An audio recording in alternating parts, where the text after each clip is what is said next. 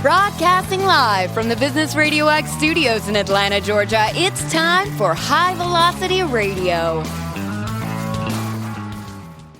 Welcome to the High Velocity Radio Show, where we celebrate top performers producing better results in less time. Stone Payton here with you this morning. Please join me in welcoming to the broadcast with Construction Ready, Mr. Luke Fletcher. How are you, man? Man, I'm doing well. How are you doing this morning? I am doing well. I've really been looking forward to this conversation. I think a great place to kick it off, if you're up for it, would be if you could share with us mission, purpose. What are you and your crew really out there trying to do for folks, man? Man, yeah. So for nearly 30 years, we've helped people of all ages and backgrounds take advantage of opportunities in skilled trades. And we do that basically two ways. We're in the K-12 space, helping, bring back shop class. And we do that through drafting, welding, and construction programs in Georgia. We have a Georgia DOE contract where we help coach, mentor those teachers, and provide industry touch points, and also like competitions for the high schoolers, to go build, do some plumbing and welding. And then we also have a 20-day pre-apprenticeship program for people of all ages and backgrounds who would like to enter the construction workforce, but they don't know exactly what they want to do. Our program fits really well for them because they can enter as entry level, and then they can figure out, hey, I want to do plumbing, or hey, I want to do heavy equipment after the initial, job placement. So it's really exciting. Well, it sounds like noble and fun and rewarding work if you can get it. What's your backstory, man? How'd you find yourself in this role?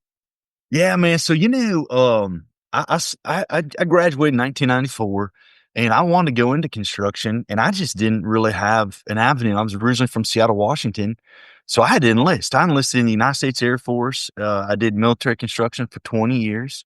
Married a lady who was an educator, and I thought to myself, man, when I retire, I need to try to do this troops of teachers and maybe try to become a teacher. I had no clue. We're in Warner Robins, Georgia. I had no clue that they even were trying to bring shop classes back to school. When I graduated in 1994, they were already taking those programs out. I think we had maybe an auto shop, and that was it. I had no construction program in my school that they offered. So I go through that whole process, and I'm thinking I'm going to be a coach, PE coach or something like that, because I have no idea. And I started going to these job fairs, and they're like, hey, man, you did construction in the military. Would you be willing to be a construction teacher? You're certified, and you've got the background, and you meet all the qualifications. And so I did that for 6 years at Northside High School, Warner Robins. And it was actually 3 years. And then dual enrollment became really popular, still is in Georgia. And they wanted to move my program over to the Career Academy and go dual enrolled with Central Georgia Tech. And at that point, it just wasn't for me anymore. I used to touch about 140 kids a day at Northside. I was averaging maybe 40 at this Career Academy. And I just didn't see how it was really helpful. It was helpful for the teacher, but it wasn't really, I didn't feel like I was making an impact as much. And so during my 6 years, Construction Ready, they would mentor me, coach me. I'd have to go to these summer programs. We would build things, and I would have to, redeliver those lessons in schools. And so I just reached out to them. They had for their 20-day program, a job spot open, and I applied, and they said, hey man, we'd love to have you on the team. This isn't the right spot for you, but let's go ahead and see if we can get you on our K-12 side. So in 2021, they had an opening for me, and man, I haven't looked back since. So we are experiencing, just to kind of get a state of the arena here, we are experiencing to this day a workforce gap or decline in the trades. Is that accurate? Oh, absolutely. Definitely, we have a labor shortage in the skilled trades, like never before. I will say, I think Georgia, there's a actual, it's called the Manpower Group, and they do a talent shortage survey every year. In construction, for the 7th year in a row, it remains the hardest industry to fill. And if you look by states, of course, there's bigger states like Texas and Florida, they have it, but Georgia's like number 5 in the nation, and we have 386,000 unfilled jobs every year. And we got them broke down by craft. I think we need 62,000 carpenters by December 2026, 31,000 masons. And what we find is, we have 816 high schools in Georgia, and when kids can have a touch point and kind of see if they like something, then that'll entice them to go to the technical school or find a trade school or find an apprenticeship. But when they don't have that, we're really just doing ourselves a disservice as a society. And what we're seeing is we're in 237 high schools. That's less than half. So we're still, we're getting after it, trying to open up programs. But, if we can get in about, 400 high schools, I think we'd feel good about really helping these kids, go into the union apprenticeships, the independent electrical contractors apprenticeships or the technical schools. But we don't have enough touch points. We need 25,000 heavy equipment operators by December 26th, 24,000 electricians. And that's a 4-year Department of Labor apprenticeship that you go through, and you need one apprentice with one journeyman. So some of these problems are just going to keep happening until we can really, get ahead of it. So at this point in your career, in this pursuit, what are you personally finding the most rewarding? What's the most fun about it these days for you? And so, like I said, I wanted to be in construction. My uncle, I didn't say this, but he did drywall. I saw him work for the unions in Seattle. He did a great job. And so I went in the military, but someone helped me get there. Right. And so I love building the relationships, whether it's a K-12 student or whether it's one of our pre-apprenticeship, folks, and just helping them. And then we follow them too. Once they get a job, we don't leave. We follow them. They become alumni. We offer additional credentials, and we also, provide some guidance. Because as you can imagine, some of these job sites, you got to have tough skin and, folks trying to figure it out. Right. And so we try to coach them up and just the relational. And then when someone comes back and says, thanks, it just means the world. Right. But part of that's my story. I know that's not everybody, but I really like helping folks. And then I'll tell you this, we've had some recent success in our 20-day program. We've had some folks that came in with some transferable skills, whether it was like working stages at Tyler Perry Studios or whatever. And now they're project managers for local construction companies. They came in thinking, hey, I'm going to do entry level because I just need a job. And then when they get to that hiring fair, they got their resume out and what they actually have the experience of already building something from start to finish. Man, those construction companies are like, hey, we need you. So the other thing I want to say is it's not just a craft labor shortage. We have the white collar shortages too. There's not enough project managers, BIM coordinators. The whole industry is in demand right now. So let's dive into the work a little bit. I'm operating under the impression that you're at these career expos in Georgia and Florida, and you're in these high schools helping the educators. Maybe walk us through a day in the life. There's probably not a typical day or week or month for you, but give us a little bit of a feel for your world on a day-to-day basis. Well, yeah. So these career expos are really cool. This will be the second year that we're in Florida. So how they came about is part of our contract with the Georgia Department of Education, we get a contract with Skills USA, which is the student organization for the folks who compete and set up the competitions for the high schoolers. So you can imagine there's a carpentry, there's a plumbing, there's a welding, there's all sorts of competitions for these young individuals to compete for. And so our CEO about 15 years ago, Scott Sheelar, said, hey, let's go ahead and try to have a career expo. And I think they did it in the Home Depot parking lot first time, if I remember the story right.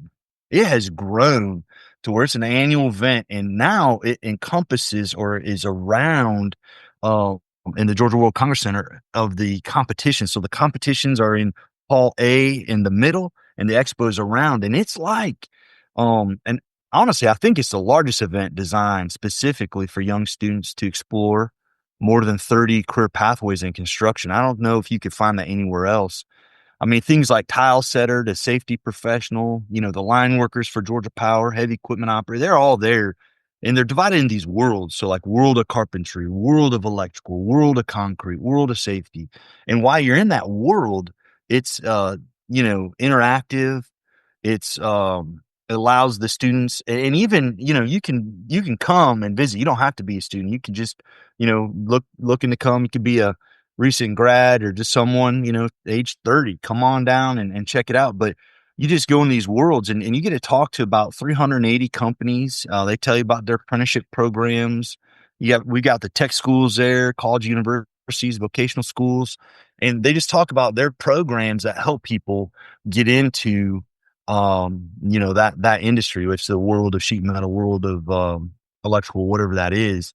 And it's really cool. And like I said, we got about 400 students in the middle competing about 26 in different skills competitions. So it's loud, it's interactive. But man, if you are all about construction, it's the place to be, right? And the industry really rallies. I think last year in Georgia, we had 9,000 attendees over a 2-day event. It was really, really cool. Yeah. It was, I think it was something like we had 7.4K elementary, middle, high school students visit. We had over 1,000 industry volunteers. I think we had 1,000 teachers and chaperones. It was really cool. And this is encompassing Florida too. So Florida was our first year.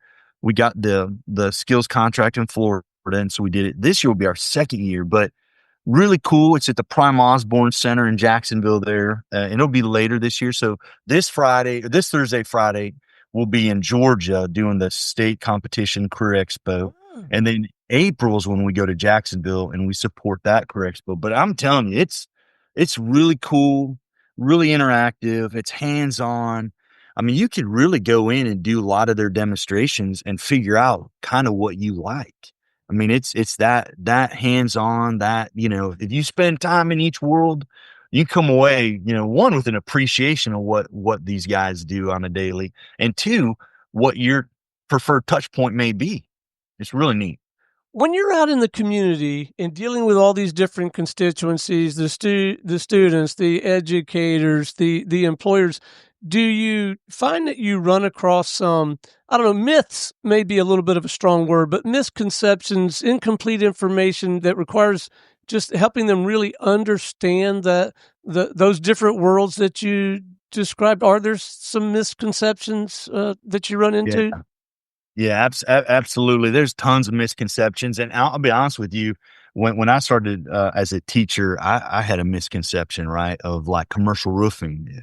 I remember growing up, it was tar, it was, dirty, and these guys were industry partners were coming to tell me about this new technology, this new roofing material. It was white, it was just dusty, there's no tar. And I was like, I don't believe you guys. Let me see. So they came in and did a whole demonstration for the kids. And I was like, holy smokes, it's really changed. And so, you kind of just have to understand that people have their own frame of reference, right? Like they remember high school from their lanes. They remember, just from what they know. And so there is a constant educational piece. Entry level wages nowadays are ranging from like $15 to $22 an hour, depending on where you're at. And it's just, people don't really realize that. And that's just entry level.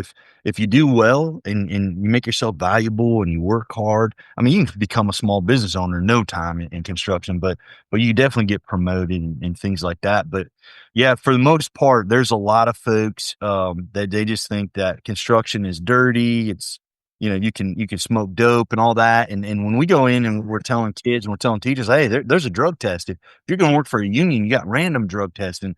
And sometimes they got these anti-CBD policies and things, and they're just like blown away. They're like, oh, this sounds like corporate America. It's like, well, commercial construction is kind of corporate America. And so it is definitely an educational piece. But at the end of the day, if someone has a great work ethic and they are willing to work and they're good with their hands, they don't mind being outside, man, this is the time to get into construction, especially if you have a 5-year, 10-year plan, you want to be an entrepreneur. I mean, the world's, at their tip. I was talking to this one guy from Metro Power. I think he joined Metro Power 3-4 years ago, maybe 5 now. So he did their 4-year apprenticeship. He's a journeyman. And I asked him, say, are you getting a bunch of overtime hours now? And he's like, no, Mr. Fletcher, I want to just have my weekends to myself, especially from May to October. I'm like, well, tell me more about that. He's like, man, I got this side hustle where because I've got my journeyman license, I can work for these pool companies. And when they install a pool, they need me to wire from the garage to the light to the pool pump. Man, they pay me piecework or something like that. And basically what he's saying is it's like $400 a job, and he can do it in like 45 minutes. Wow. So he does a couple of those on the weekends. And he's like, Mr. Fletcher, I'm going to own my own electrical company one day. And the funny thing is, man, this guy's like 24 years old. And knowing his story, college wasn't on the table for him. And of course, what he heard is you got to go to college and be successful. And man, he was really good with his hands. He went to a high school that didn't have a shop class, and he just somehow got linked in. Metro Power has recruiters that go and talk to schools. Maybe he went to a camp. I'm not exactly sure how he got linked with them. Well, man, the sky's the limit for him now, and 6 years after high school, he's thriving. And so, we just need to create more touch points, and that's what we're about. And that's really what excites me in the day, to be honest with you. Well, man, you got a lot of plates spinning personally to pull all this off. As a leader of this effort, a lot of irons in the fire, as my daddy would say. I'm curious if you feel like, or to what degree you feel like your military experience has served you in turning around and serving these folks. Well, I tell you, the military experience, from my perspective, is really giving me a breath of embrace, I guess, diversity. We go into all communities and I went all around the world, right? And a lot of training in culture sensitivity and things like that. And so I think it helps me kind of maybe lead our team and not to be nervous or anything like that when we go into a new community culture, and just be open. But I would also say, just the organizational leadership that the Air Force gave me, I think has helped, right? Like, we're a nonprofit, so you can imagine we pivot a lot. We're trying new things a lot. And so just the keeping things organized, I think really helps. And, but honestly, Scott Sheila, our CEO, man, I tell my team all the time, we just got to represent his heart, his vision. If we do that, we're going to be fine, because he's the one that created this, 26 years ago, and this is his grand vision. And he's got a heart of gold, and he wants to help all people. It doesn't matter their age, doesn't matter their background, doesn't matter, if they want to get in the trades, he wants to walk beside them and help them. And so just creating that culture that he has, and us just walking behind him, following him, is really, I think, set us up well. But I do think the military has helped me, just, going across the world, having to accept and understand and just keep, I guess, an open mind. Yeah. And so really, I mean, that also helps with employers, right? In different industries. I think I shared with you as a new teacher, how even after 20 years in the military, I was like, oh, there's no way roofing doesn't have tar, and then they got this new skin that they actually welded on, and then seam it in and stuff. And so that's the cool thing. And we're still trying on these expos, working with Skills USA. It's interesting how each state's a little different. So in Florida, they have a commercial roofing competition. Well, in Georgia, we have a couple at the region level. We're trying to, we've got a World of Roofing, but just trying to collaborate with all the roofers and find out, hey, can we get some volunteers to put this on for the kids, and them to understand that they may have to do that for a few years before they get kids, walking into their industry, but creating that touch point, after a couple of years, juice builds juice. Those kids can be like, hey, I want to go work for Mid-South. Hey, I want to go work for Ellie Schwartz. Hey, but until we can create that touch point, we just, we're just not there. But in Jacksonville, they've got kids, they're choosing to do commercial roofing, and they've had that touch point. So those are the things that keep us excited and just keeps that open mind. But to your point, I think it's a lot of organizational leadership planning from our CEO on down. And then I think just the ability to try things and not look at it as success or failure. If it doesn't work, then we just, have a hot wash, and why didn't it work? And then how do we pivot, and how do we just keep, we call them our heroes, in mind, right? Like, how do we keep what's best for our students, whether they're K-12 or they're adult, and how do we serve them best, and how we connect them with industry? So, amen. So I don't know when or how you would find the time, but interests, pursuits, hobbies, passions outside the scope of this work. Most of my listeners know that I like to hunt, fish, and travel. Anything you nerd out about when you're not doing this? man, I love college football and college basketball. And honestly, this year has been a little different. So I have three children. My daughter's the oldest. She's 28 this year, and I just became a grandpa. So I'm excited about that. We got our first grandchild, so we're super excited. But our two boys, I had one son, he went to Auburn, and I had another son. He just joined the Marines. He went to Georgia Tech.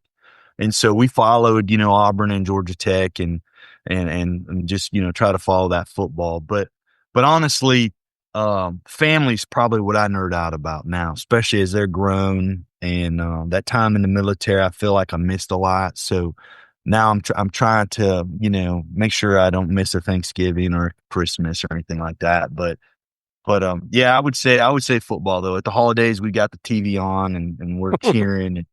And my wife went to the University of Wyoming, so secretly that's who we follow. There's probably not too many Wyoming fans, but we love Josh Allen and the Buffalo Bills. And then I would say when our kids are around, if they're both around, then it's kind of house divided. But if it's our favorite teams, whatever, boys home. Well, congratulations on becoming a grandpa. That's fantastic news. Yeah, thank you. Yeah, we're super excited. Hey, listen, before we wrap, I would love to, if we could, leave our listeners with a little something to noodle on, maybe a couple of pro tips, a do, a don't, a good read, something to be thinking about. And look, gang, the number one pro tip, if this conversation has stimulated your thinking at all, is reach out and have a conversation with Luke or somebody on his team. Get tapped into the work they're doing. Attend this conference, but to keep them sated between now and then, Luke, let's leave them with a little something to noodle on. Yeah. I would definitely love to invite everybody February 20th and 21st down to the Georgia World Congress Center. Come to the CareerEXPO. It's free. You can go to our website, constructionready.org. You can sign up for a badge. The badge will be waiting for you. You can just come on down, and it'll be great. But if anybody's thinking about their future, thinking about how I can get into construction, there's a really cool Build Your Future nonprofit website that has nothing to do with Construction Ready, but it has some really, really great tips about building your future in construction, whether it's union, non-union, trade schools, technical schools, and just the demand map and where you live, so it's really great, so if someone's in Metro Atlanta, they're gonna have a lot of options, but if they're in South Georgia, maybe they only have a few. But that website is www.byf.org, or they can just Google Build Your Future, and I would encourage them to go there. Fantastic. All right, let's make sure we do leave them with all the coordinates, the best way to continue to tap into your work, maybe share that conference information again, maybe your website or contact, whatever's appropriate, and will allow people to stay connected with you, man. Yeah, no problem. It's our website is constructionready.org. Again, that's constructionready.org, and they'll just go to our website, and they'll hit on the CareerEXPO link, and they'll see Georgia or Florida, whatever one they're interested in. I would encourage them to come to the Georgia World Congress Center, but you click on that link and you just get a badge free. Now, listen, if they don't have time for that, they can just come down. We've got a lady that will take care of them. They register right there in Hall A. Miss Sandra Mathis would be happy to take care of them.